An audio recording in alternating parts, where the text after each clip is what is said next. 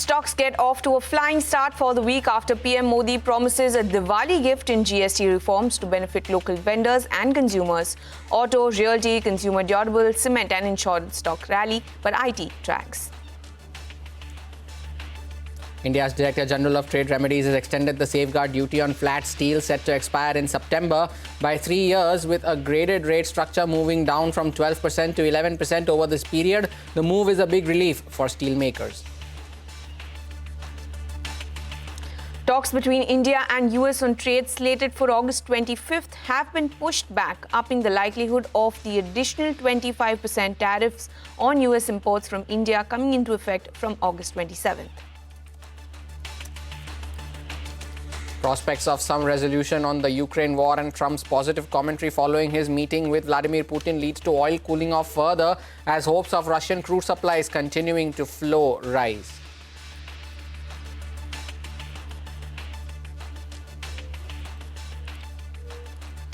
Good afternoon, you're with us here on Business Lunch. We are coming to you live from the CNBC TV18 Motilal Oswal studios. I am Hormas Fatakia. With me as always is Vamakshi Dhoria. Vamakshi, good afternoon.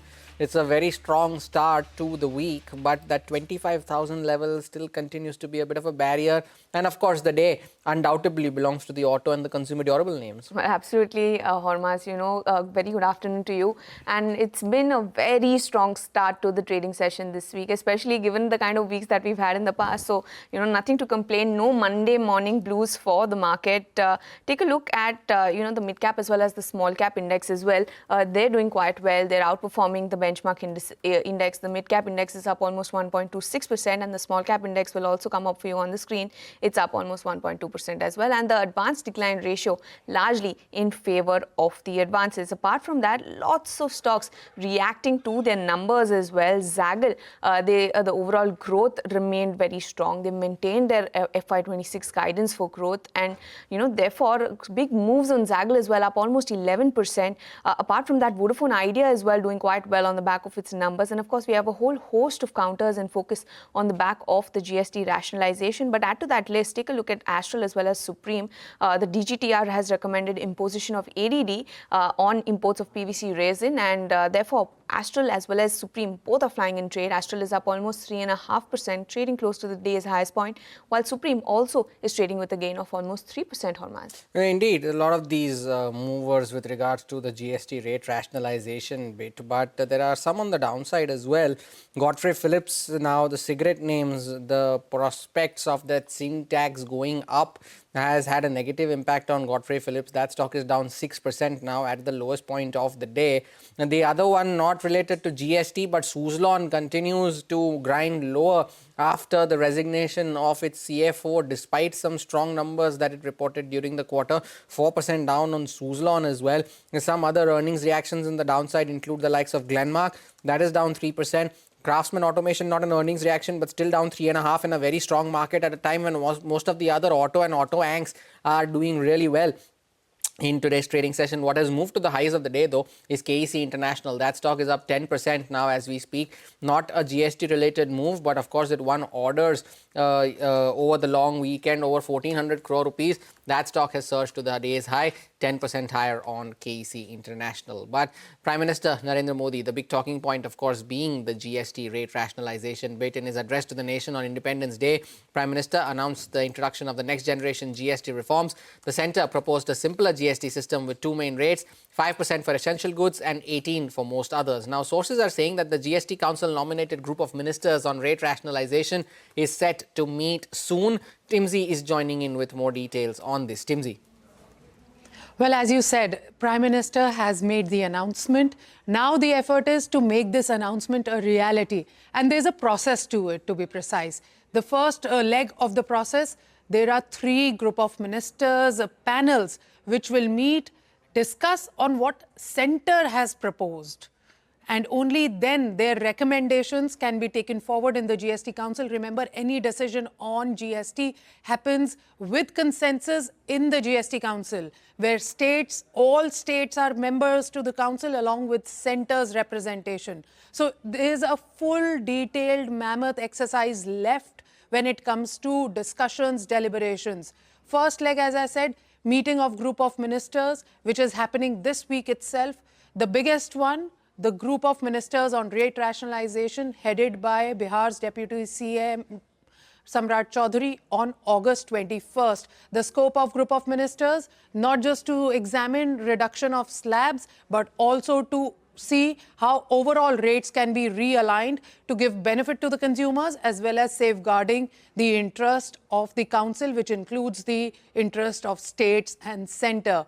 Secondly, compensation cess group of ministers, because with the end of compensation cess, that is as soon as the payments of back-to-back loans taken during the COVID time to assist the states on the potential revenue loss that happened during COVID, it has been extended. The deadline is March 26, and there is a possibility, what sources indicate, that compensation cess payouts for these back-to-back loans could end even early as October or November. And as per law, once the repayment is done, the cess cannot be collected even for a day more. So what happens to that? What happens to the cess? How will that be absorbed for the council? So that meeting, that panel is headed by MOS Finance Pankaj Chaudhary. That group of ministers is also meeting on August 20th.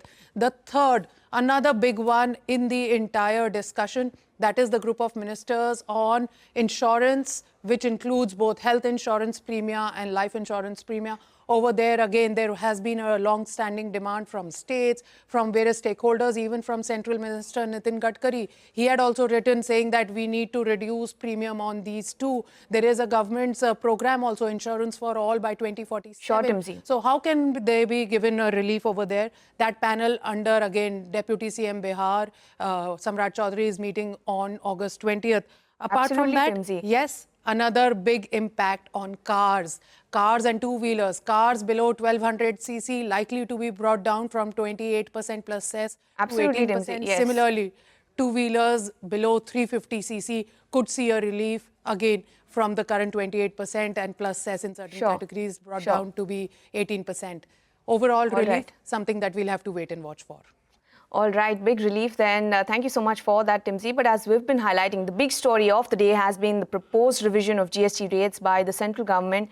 What sectors benefit and how? All this explained as Ormaz brings us all the details. Ormaz. Well, you can see the effect of the Prime Minister's announcements on autos, on consumer durables, on insurance names, all of them seeing a very stellar move today. Auto names, Maruti, Ashok Leyland, Hyundai, all of them gaining up to 9%. Consumer durables like Voltas, PG, Electroplast have gained up to 13% today. And it's showing up on this proposed GST rate rationalization hope. But what are brokerages making of this move? Now, Jefferies believes that this could take place in the fourth quarter of calendar year 25, which is between the October to December period. They've highlighted three sectors where the rate of GST could be reduced from 28 to 18. That includes cement, two-wheelers, AC makers. You can see action in all of these names today. They're also highlighting some other sectors like insurance, hybrid cars, processed foods, garment and footwear.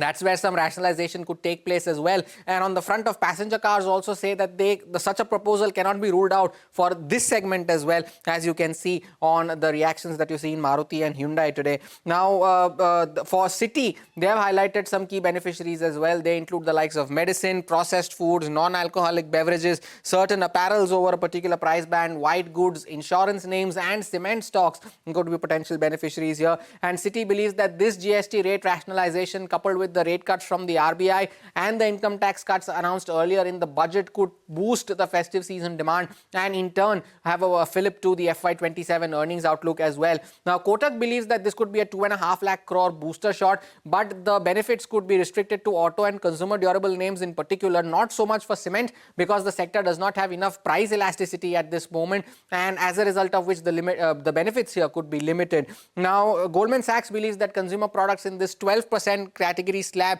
could see some significant benefits. They have also highlighted names like Trent, where almost a third of their sales come from apparels, which is over 1,000 rupees. If the GST for footwear above 1,000 rupees is cut, the biggest beneficiary of that would be Metro Brands. That is where Goldman Sachs has highlighted, and some of the other beneficiaries that it highlights include the likes of Page Industries, Bata, Nestle, Dabur, Titan, among some of the other names. Now, some of the others, according to CLSA, again, materials, consumer durables, cement and AC makers are the key beneficiaries here. For AC makers in particular, CLSA believes that this potential rate cut could could provide a significant demand trigger after this sluggishness that we have seen over the past couple of quarters for these companies. Now, Bernstein also highlights insurance names where they say that this insurance could also be in scope for rate rationalization. For the Nifty, they believe that despite this uncertainty around trade and hopes of an earnings upgrade, the Nifty can see some around high single-digit returns for the rest of the year, and they retain their sectoral view of preferring consumer names over industrial names. They had upgraded, they are overweight on staples, they had upgraded durables earlier, and they remain underweight on the industrial names. So the day definitely belongs to auto and consumer durable names, but the insurance names are making a move as well today. Well, thank you so much for that comprehensive list, Hormaz. All of these counters are flying high in trade today. Meanwhile, we also spoke to Maruti Suzuki Chairman R.C. Bhargava.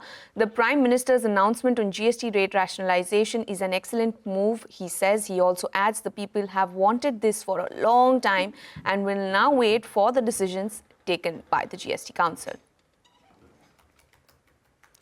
Well, M&M's Rajesh Jejurikar also reacted to PM Modi's announcement of GST reforms. Let's also listen into that. The thing about gifts is you should accept it with grace. Absolutely. And let it be a nice, pleasant surprise. Yeah. But I would just add to say that, automotive is a very key sector in India. It's a GDP multiplier. It's an employment multiplier. And with the kind of technologies we are developing in India, there's a huge opportunity for Make in India for the world.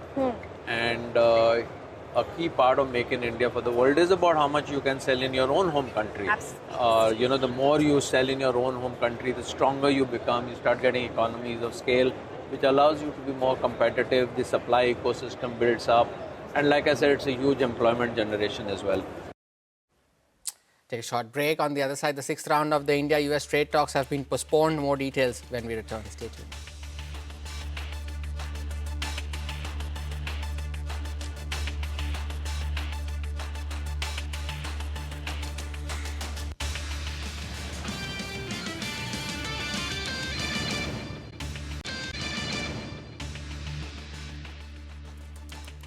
Welcome back. You're watching Business Lunch on CNBC TV18. The United States is expected to proceed with imposition of additional 25% tariffs on Indian goods from August 27th, as the sixth round of trade talks, originally scheduled for August 25th, have now been postponed, with the United States, Russia and Ukraine yet to strike a peace deal. There has been no change in US stand on additional tariffs yet. Now, the total tariffs on India will be 50% come August 27th, in case there is no understanding reached earlier.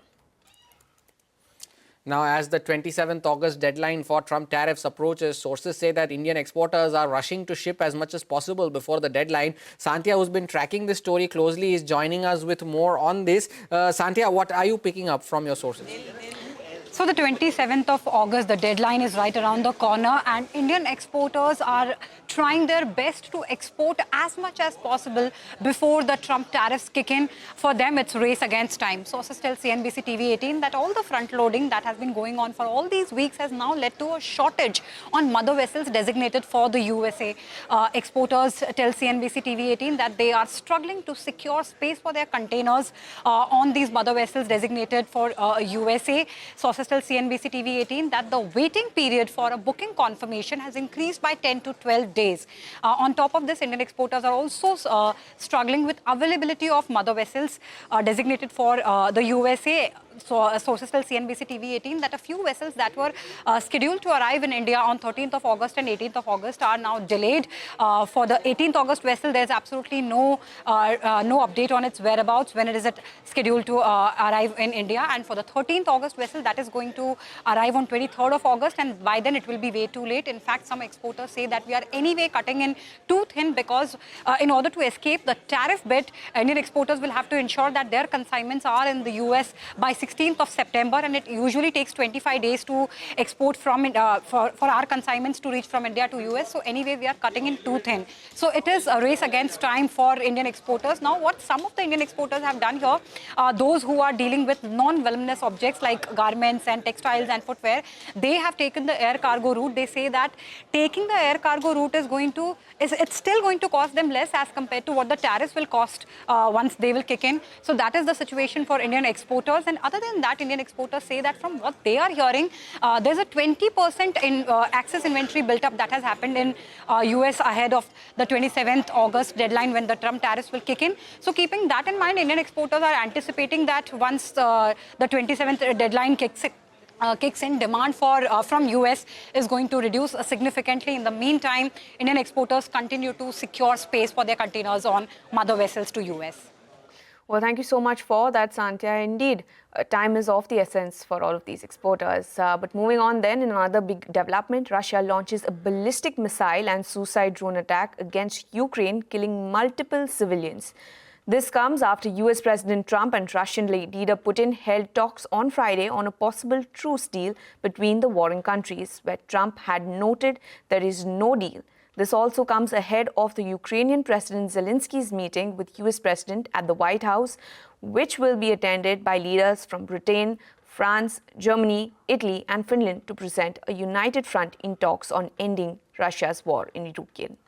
US Special Envoy Steve Witkoff said on Sunday that Russian President Vladimir Putin agreed to allow the United States and European nations to give Ukraine Article 5-like protection as a security guarantee to bring an end to the war. He said, "We were able to win the following concession, that the United States could offer Article 5-like protection, which is one of the real reasons why Ukraine wants to be in the NATO."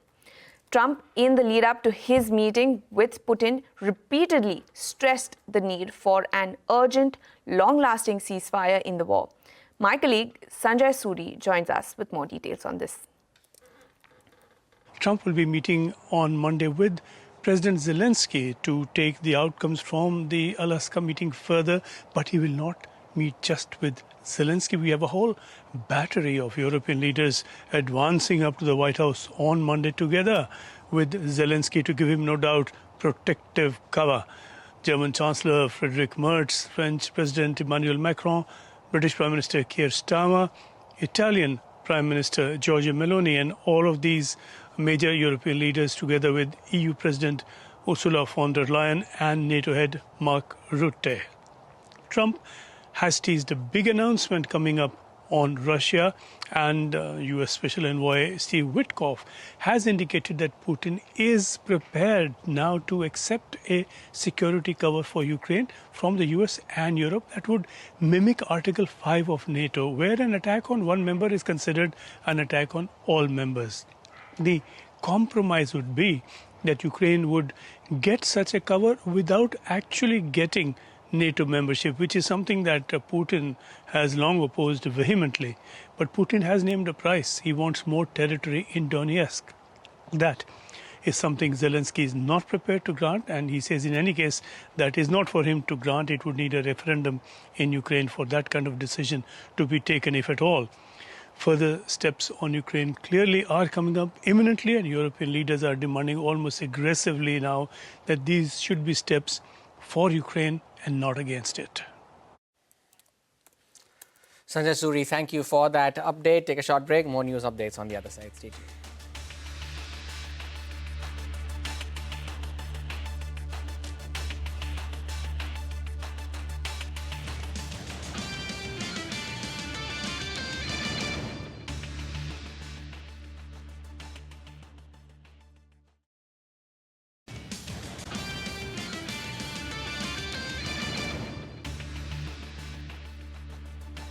Welcome back. On to the latest from the weather. Mumbai is continuing to experience heavy rainfall, with several areas recording triple-digit figures over the last 24 hours. Shilpa, our colleague who is stationed at the Worli Naka, is joining in with the latest updates. Now, Shilpa, what is the situation on ground currently? What's lined up for the next couple of days? Well, it's been raining incessantly since morning, and as a result, we've seen water logging in several low-lying areas in Mumbai and massive traffic snarls since morning. Now, what we're given to understand, Andheri subway is already shut. There is a lot of water logging in other low-lying areas like Dadar, and also there's a massive traffic jam on the Western Express Highway as well. And there is, traffic jams in several other parts of the city as well. Now, if you can see, behind me also, we're at Wali Naka. Here also there is some water logging that has happened, and there is a lot of traffic jam. We are seeing BMC officials also coming in and trying to clear all of that out. Now, the IMD has declared a red alert for the rest of the day for Mumbai and Mumbai suburbs. There is also a red alert for other areas like Raigad, which is your Navi Mumbai. There's also for Ratnagiri, Ghats of Pune, and a few Satara and a few other areas. Now, as a result, BMC has also declared a holiday today for schools and colleges in the second half. Now, remember, the IMD red alert came a little late, so as a result of which the schools were open in the first half, but the second shift has been declared a holiday for today. Mumbai police has also urged all citizens to stay indoors and avoid all non-essential travel because there is low visibility and water logging in several parts of the city. Now, local trains also were given to understand the Western Express Highway, the Western line is running smoothly so far, but there are delays on the Central and the Harbour line as well. Airlines have also urged all passengers to plan their travel accordingly because of traffic delays, so they make it in time for their flight. And remember, for the next 4 days, we're also given to understand that this heavy rain-like situation will continue. You will see very heavy rains, and to give you some context, usually Mumbai sees about 585 mm of rain in August, and in just the past 4 days we've already seen 430 mm of rain already that Mumbai and suburbs have received. So urging everyone to stay indoors and avoid non-essential travel. That's what the BMC and the Mumbai police are saying, but heavy rains will continue for the next 3 to 4 days. Back to you. Well, thank you so much for that, Shilpa. So heavy rains expected over the next couple of days. But with that, it's a wrap on this edition of Business Lunch. Don't go anywhere. Midcap Radar comes up next.